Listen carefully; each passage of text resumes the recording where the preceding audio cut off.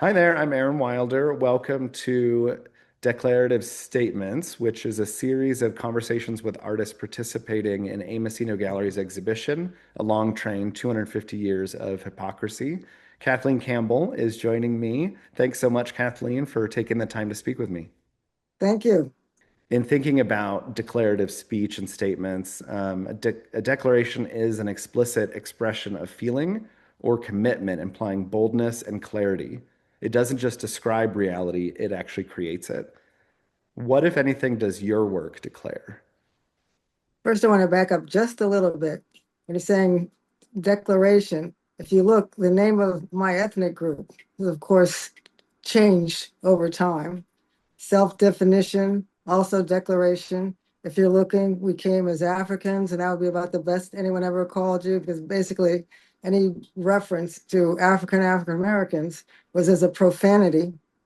Okay. And then, people argued for Negro, borrowed from the Spanish negro, obviously, even though nobody else spoke Spanish and white people were not referred to as blancos. All right. And then going forward, I mean, colored was also an alternative. All right. And, certainly for older generations, like my grandparents, great grandparents, they would prefer colored. All right. And then coming into the late 60s, which became the standard in the early 70s, African American. First started actually Afro American and then African American. So, still to this day, for some people, it's controversial because they don't feel any relationship to Africa. And that's a whole other tangent that we could go on. I certainly do feel a connection. So I understand how that in a different way relates to an idealistic group of young white men who decide that they are going to declare the United States of America. Because through this exhibit, I found out the United States of America, that phrase was actually invented or coined as a result of the Declaration of Independence. It wasn't even the name of the United States. That was not a name. It was just Yeah, the colonies. But right. if you look as artists, we're declaring certain things in our work. And, people, some artists don't want it to be political. And, sometimes that doesn't matter because your work isn't being, perceived in a political environment. So you can declare yourself to be apolitical, but you're not on a planet by yourself. So how are people perceiving your work? I try to create work that's more than just what the photograph is of. All right, we talked about, figures of speech and using those same kind of terms and concepts and applying it to art. If you remember connotation and denotation, where something with if it connotes something beyond what you're actually seeing literally, whereas denotation is like the literal, representation of an object. But for these three photographs, if you're looking at the one on the left, with the man's t-shirt saying, "Sorry for the inconvenience, we're changing the world," that's a pretty straightforward image. I mean, there are other things to be seen there, but the meaning of his message is pretty much the same as the meaning of the photograph. I mean, you could talk about things outside of the center of the photograph, but clearly that message is central. If you're looking at the one in the middle, which is called Grow with the American Flag, although there are literal elements within the image, there are also symbolic images. You're struck by, obviously, the most obvious symbol is the American flag dangling over the little girl's head, which I thought the stripes of the flag kind of recalled her cornrows. Right. All right, so that the message like is inscribed on her head.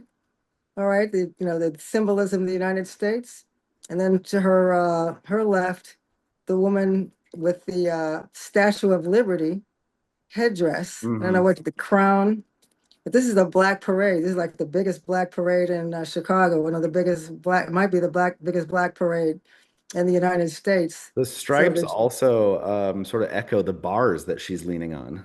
exactly, Yeah, exactly. But just, they're waiting, kind of like a waiting for Godot moment. But, right. it's shocking to think that a black woman would come to this particular parade with the headdress of the Statue of Liberty, Hmm.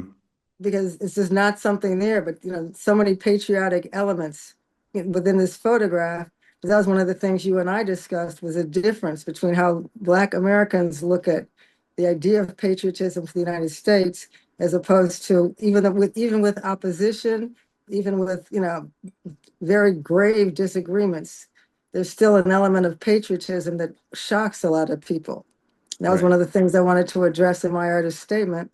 And then for the image on the right, that tips over into far more symbolism. I mean, you literally see, the flag itself, which is, an obvious symbol, but the stairs, the bars, everything that crowds the image so that, you're not just looking at a flag with some lines around it. Hopefully it sparks your imagination to wonder, what is this? All Hmm. right, to impart meanings that whether I intended them to be there or whether you're bringing different meanings to the piece, a certain amount of freedom of perception that should be there. And that's, for me, those are the most important things that I'm trying to achieve in a photograph, is to make it beyond what you actually see. Right. And there's an added layer of meaning there as well, as this is a fire escape. It's Right. for emergency purposes, the fleeing of danger is away from the flag. Exactly. And that's what he's saying, the fleeing the danger, because now we look at the border, all right, with armature, all right, with the border used to be, something you could step across. All right. It's not, you're Right. thinking with a fence and here, and also like the flattened perspective of the telephoto lens, even though it's a staircase, fire escape staircase, it doesn't really rise. All right. Instead of something that transports you upwards, it becomes a barrier that prevents you from moving forward. Right. But also, I feel like, that particular image, your first thought would be border keeping out fortification. And for some people, they love that image of the United States.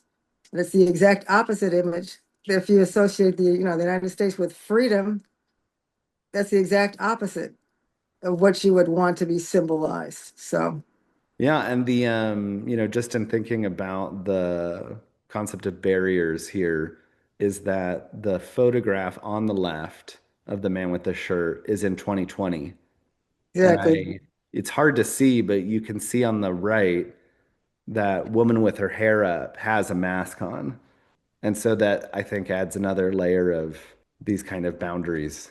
Absolutely. Like the part of the background behind that, even if you don't know what it is, but during, you know, the pandemic, when they were having, people were coming out. That was like, for a lot of people in New York, that was the only time they ever came out, was to protest George Floyd, right? Right. Because, the circumstances here, some places were barely touched. Whereas unfortunately in New York, if you pass by a hospital, they had the morgue trucks, they had medical tents in Central Park. I mean, these are like just shocking images that you can't believe. And so the very real danger of going outside, I mean, like the daily death toll, I mean, it's just oppressive, even if you were completely healthy.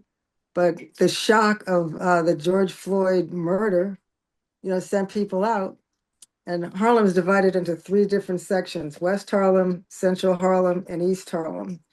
And West Harlem is predominantly Latin, even though I live there, predominantly Dominican. All right, Central Harlem is still predominantly Black, although there's been a lot of gentrification. And then East Harlem is still predominantly Puerto Rican, although there's also, you know, uh, heavy Mexican and Central American influence. And so at that particular rally, all three parts of Harlem were coming together. That's why the part of the sign that you can read is in Spanish. And it was huge. I mean, it was like, you want to cry when the people like converged on that particular plaza. Just a very moving sight. I mean, that too was a part of America. They weren't there because they hate America. They were there because they thought America stood for something more than what was happening. Yeah. So Well, Kathleen, thanks so much for taking the time to speak with me. I want to let everyone know that the Artsy exhibition featuring Kathleen Campbell's work is on view through April 4th. Thank thank you. you. Thank you.